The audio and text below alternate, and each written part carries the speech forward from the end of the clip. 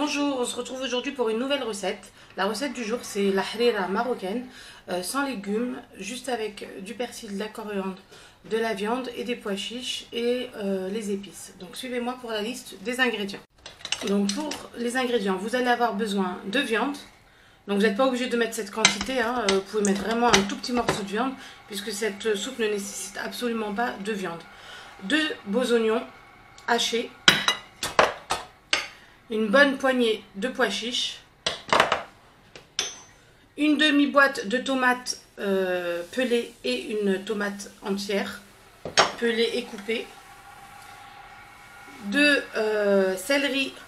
branches de céleri hachées, pardon, de la coriandre et du persil haché, donc 2 petits bouquets, hein, un bouquet chacun, que vous allez hacher comme ceci. Des lentilles comme ça, les lentilles du puits, donc les lentilles tout petits comme ça. On va ensuite avoir besoin d'huile. Donc vous pouvez mettre ou l'huile d'olive ou l'huile normale. Donc vous allez avoir besoin également de sel,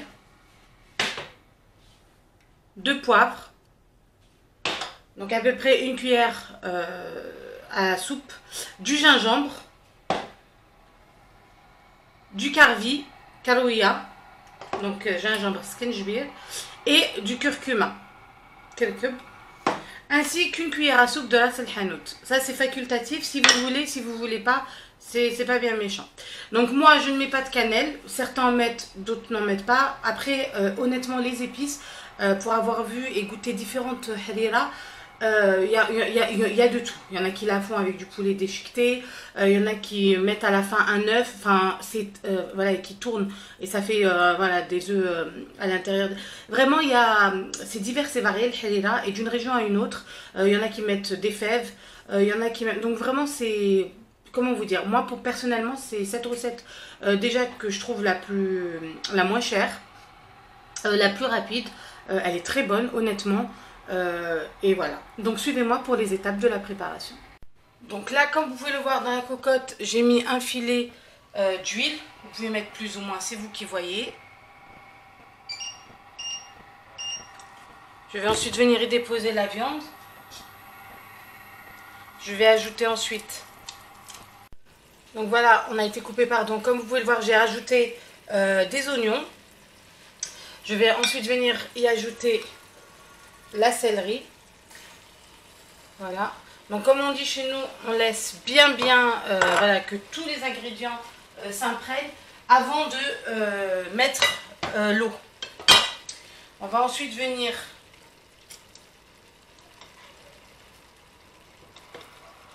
mettre la tomate, donc que voici. Vous pouvez la hacher, la tomate en purée. Moi je la laisse comme ça, après elle va sécher toute seule, hein. Elle va se fondre dans la soupe. Vous y mettez les pois chiches, donc une bonne poignée de pois chiches. Les lentilles que vous avez bien sûr rincées, etc., hein, même pour les pois chiches. Une bonne poignée également. Voilà. On vient y ajouter donc les 3/4 de notre coriandre et les 3/4 de notre persil.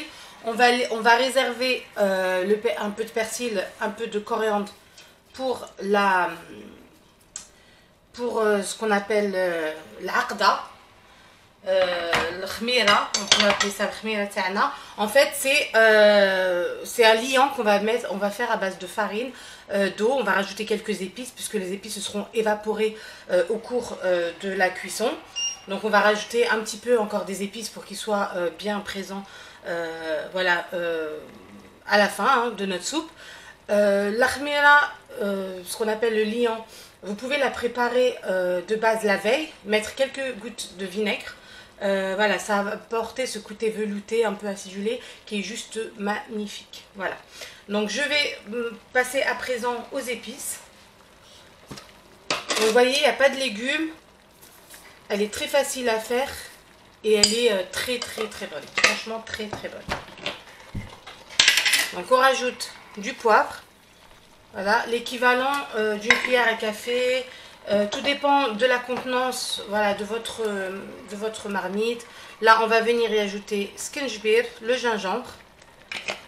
Donc, je parle en français, en arabe, désolée. Du karvi, karouia.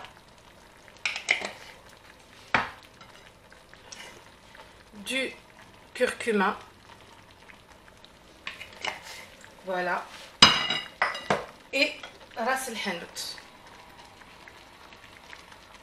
Donc là, on va laisser mijoter. On va laisser vraiment la viande avec le persil coriandre, avec les oignons, avec les épices se mélanger, ne faire qu'un.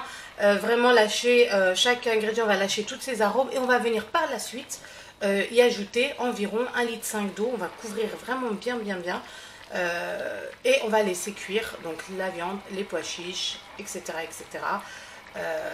Donc je reviens vers vous avant de mettre de l'eau. À tout de suite. Donc là, comme vous pouvez le voir, je vous ai dit, j'ai laissé environ 5 minutes à feu moyen. Voilà, toutes les saveurs se mélanger. J'ai rajouté encore pas d'eau, rien du tout. J'ai juste laissé vraiment toutes les saveurs se mélanger entre elles et voilà, s'extraire. Je vais venir maintenant y ajouter donc l'eau que vous voyez là. Je vais couvrir. Je vais mettre une bonne quantité d'eau. Hein.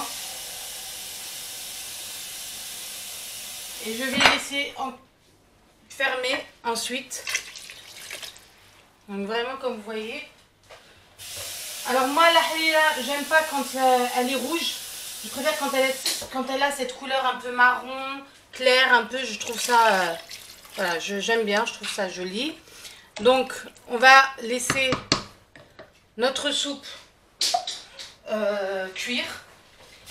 Au cours de la cuisson, vous allez avoir besoin bien évidemment de rajouter de l'eau, puisqu'elle se sera évaporée.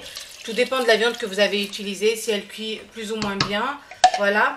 Je vais venir donc couvrir, laisser cuire jusqu'à ce que la viande et les pois chiches soient cuits.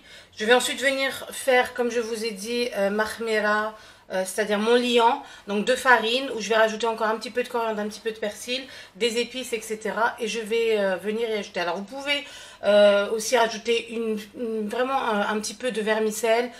C'est vraiment vous qui voyez, ça dépend. Si vous voulez une soupe bien consistante, hein, avec l'hiver qui arrive, ça tient bien au corps. C'est vous qui voyez. Donc voilà, je laisse cuire ma halila et je reviens tout de suite vers vous. Donc là, je vais préparer l'khmira ta'i, en fait le liant, on va y arriver, le liant. Alors, je vais être honnête avec vous, normalement vous devez le préparer la veille pour que ça vous fasse vraiment une soupe bien veloutée, voilà, bien avec un petit goût un petit peu acidulé, etc. De la farine qui aura légèrement fermenté avec le vinaigre. Mais moi, malheureusement, je n'ai pas le temps. Ça le fait quand même. C'est bon quand même, mais la règle voudrait que vous le fassiez la veille. Donc j'ai mis 4 cuillères à soupe de farine, 2 bonnes cuillères à soupe. Je vais rajouter toutes les épices, mais juste un peu, hein, on va pas... Je vais rajouter toutes les épices que j'ai déjà mis dans le halila, mis à part le poivre. Le sel, tout dépendra bien évidemment de ce que vous allez, donc ça c'est pas la peine, j'ai rajouté vraiment que le karouia et que le karvi et le gingembre, un petit peu de ras el hanout. Je vais venir y ajouter mon eau, donc c'est à peu près 1,5 verre d'eau. Après tout dépend, je répète, de la quantité de soupe que vous faites. Je vais ensuite venir y mettre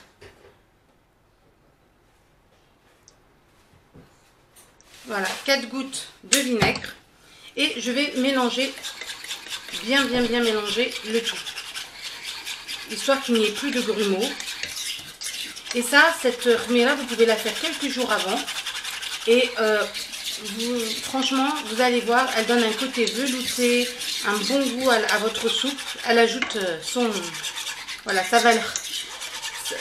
valeur ajoutée à la soupe.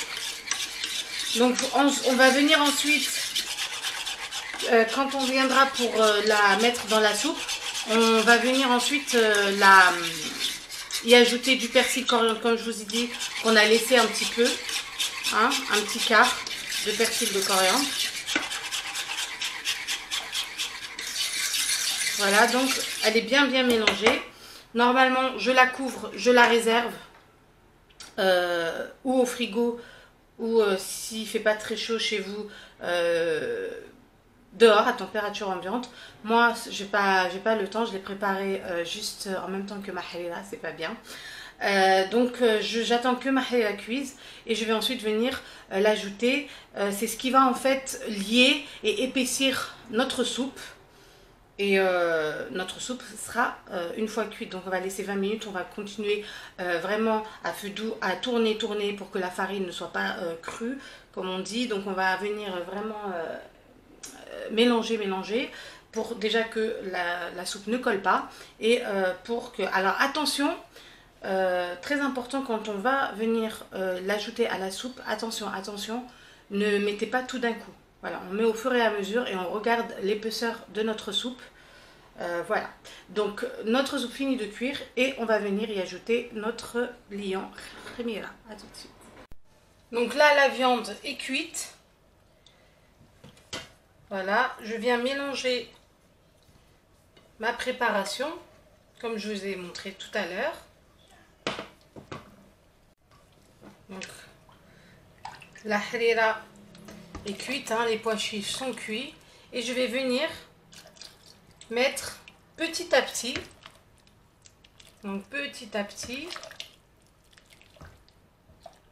jusqu'à ce qu'elle épaississe.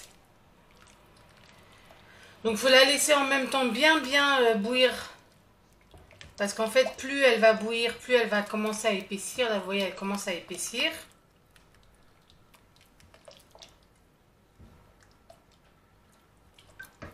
Donc vous allez voir, vous allez obtenir une harira bien veloutée. Il faut bien, donc là pour moi elle commence à épaissir, donc je vais arrêter de mettre le liant, donc l'khamira tana, et je vais la laisser épaissir bien jusqu'à ce qu'il n'y ait plus cette surface un peu on va dire que vous voyez au-dessus, qui est comme de l'eau. Donc elle va vraiment bien venir se mélanger. Et ensuite, une fois que j'éteins le feu, je remets un peu de persil, un peu de coriandre, un peu de qosbara, un peu de ma'annos. Et notre harira sera prête à être dégustée. Voilà, à tout à l'heure. Notre soupe cuit depuis 20 minutes.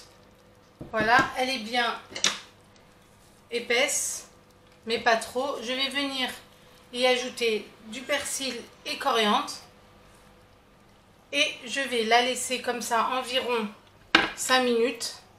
Et je vais ensuite pouvoir venir la servir. Voilà, à tout de suite.